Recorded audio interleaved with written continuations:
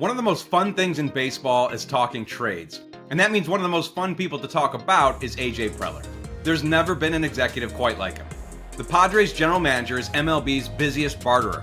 He showed it again at the 2025 trade deadline, giving up one of the best prospects in baseball to acquire reliever Mason Miller in a move no one saw coming, and also landing a big bat in Ryan O'Hearn, among other deals.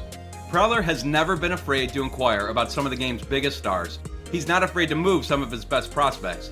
And somehow, he's been doing this for more than a decade without getting canned or running out of players to trade. Let's take a moment to enjoy this seemingly never-ending list.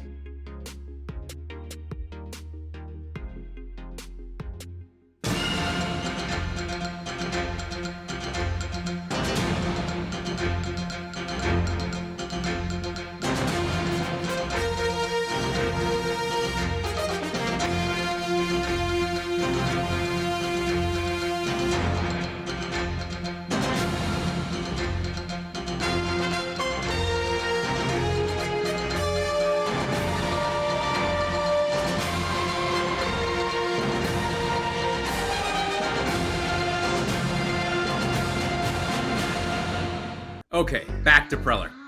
No trade deadline and no offseason is complete without some sort of a San Diego swap.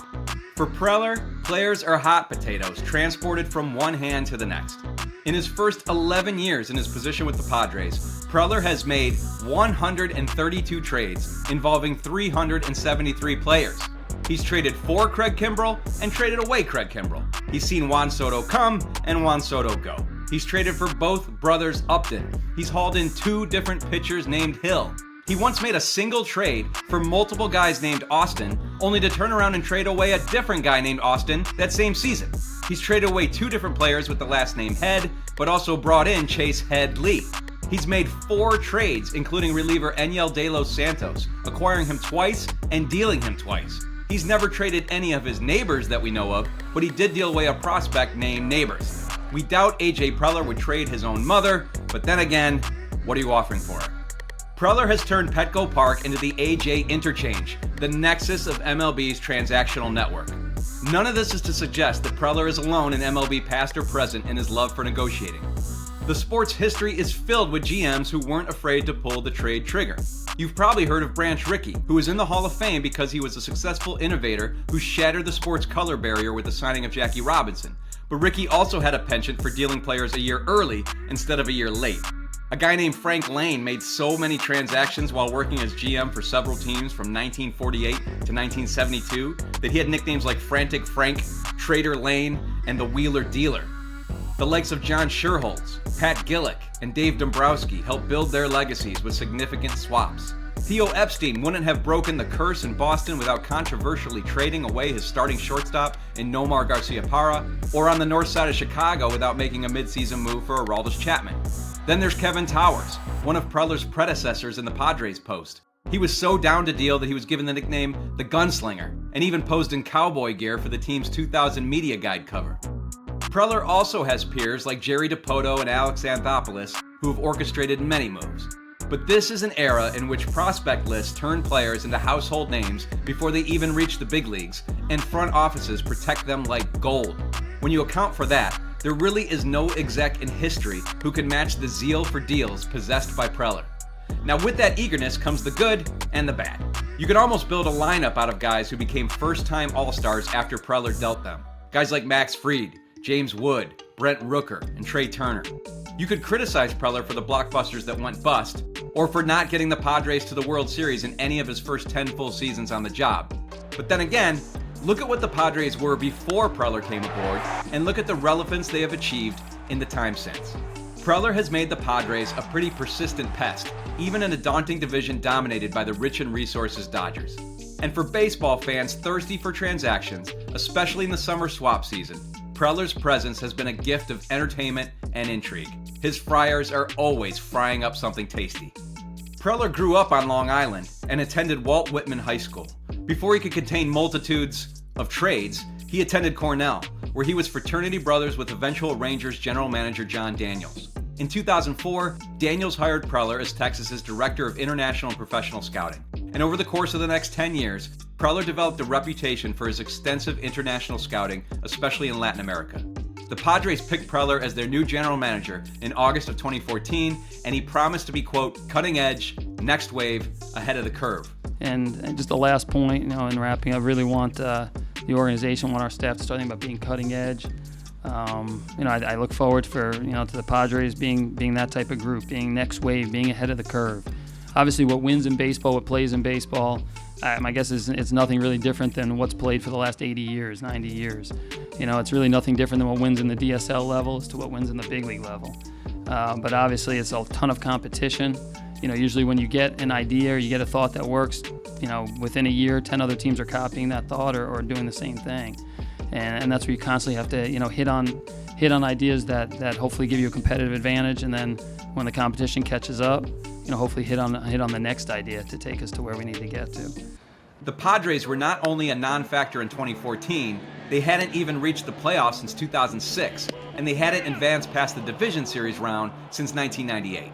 Right away, in his first offseason, Preller tried to turn this sub-500 club into a contender overnight. He made his first significant moves on December 18th, 2014. That day, he dealt incumbent catcher Yasmani Grandal and 2 pitching prospects to the Dodgers for a package centered around superstar outfielder Matt Kemp. He also dealt 2 young pitchers to the A's for all-star catcher Derek Norris. The very next day, Preller was at it again, this time making 3 more trades. There was a swap with the Red Sox for third baseman Will Middlebrooks. There was a deal with the Braves for 2-time All-Star outfielder Justin Upton, the trade that sent a young pitching prospect named Max Fried to Atlanta. And finally, there was a 3-team blockbuster in which the Padres acquired 2013 AL Rookie of the Year Will Myers from the Rays. That latter deal involved sending a shortstop named Trey Turner to the Nationals.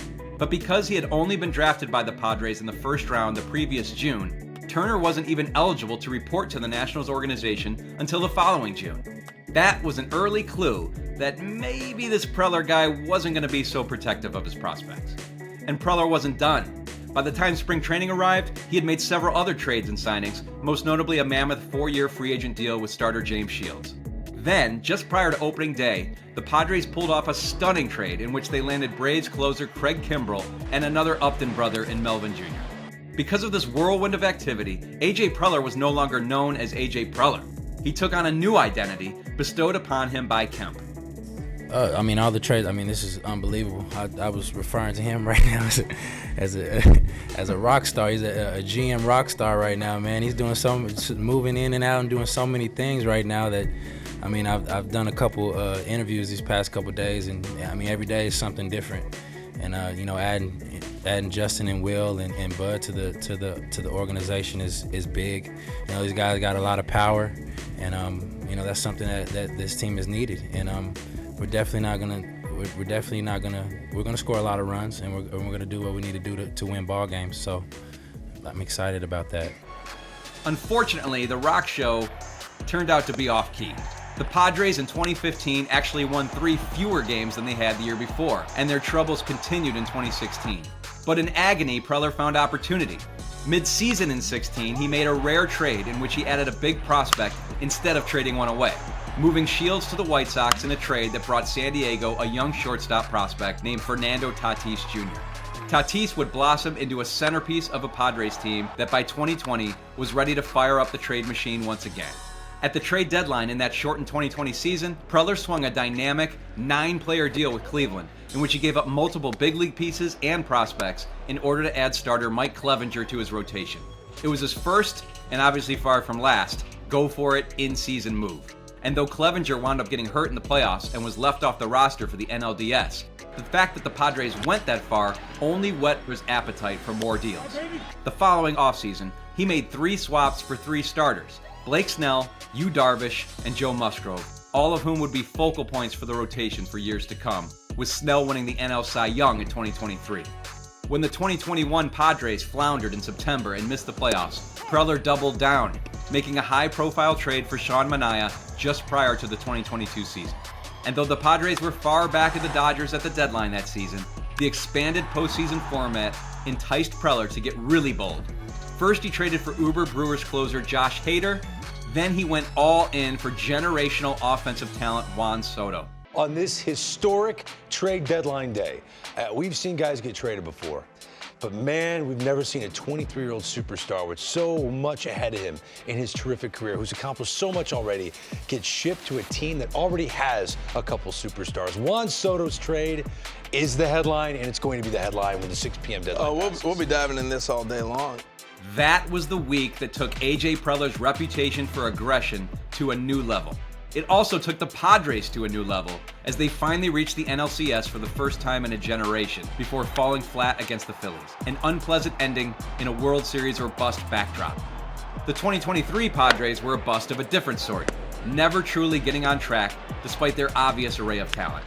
And with the payroll bursting at the seams and the team in dire need of pitching support, Preller made the difficult and perhaps unavoidable decision to deal Soto away the following winter. While Soto went to the Yankees, with whom he'd win an AL pennant before signing a jaw-dropping free agent deal with the Mets, the Padres added important support from starter Michael King and catcher Kyle Higashioka and freed up enough cash to make subsequent blockbuster swaps for Dylan Cease and Luis Arias. So Soto went to the playoffs, but so did the Padres, who took the eventual World Series champion Dodgers to a decisive 5th game in the NLDS. Anyone who assumed Preller might be running out of tradable prospects was proven wrong yet again in 2025, when with his team again in contention and in striking distance of the Dodgers, he further went against the industry grain by trading the number 3 prospect in all of baseball, Leo DeVries, in a deal centered around A's closer Mason Miller. There's probably not another GM in baseball who would make that trade. DeVries was the highest-rated prospect to get dealt since Yoán Moncada was traded by the Red Sox to the White Sox at the 2016 winter meetings. But Moncada was part of a deal for an ace in Chris Sale, not a one-inning reliever like Miller. The Miller move was a typically dramatic deal by a GM who has said, quote, "One thing we have never been scared of is we're going to trade players." Our scouts did a great job identifying those guys, and they're guys that teams have asked a lot about. So I think credit to our scouting and development department, but you've got to give up good players to get good players, especially guys that have control. The jury's out on whether it works and whether the Padres finally get to the promised land.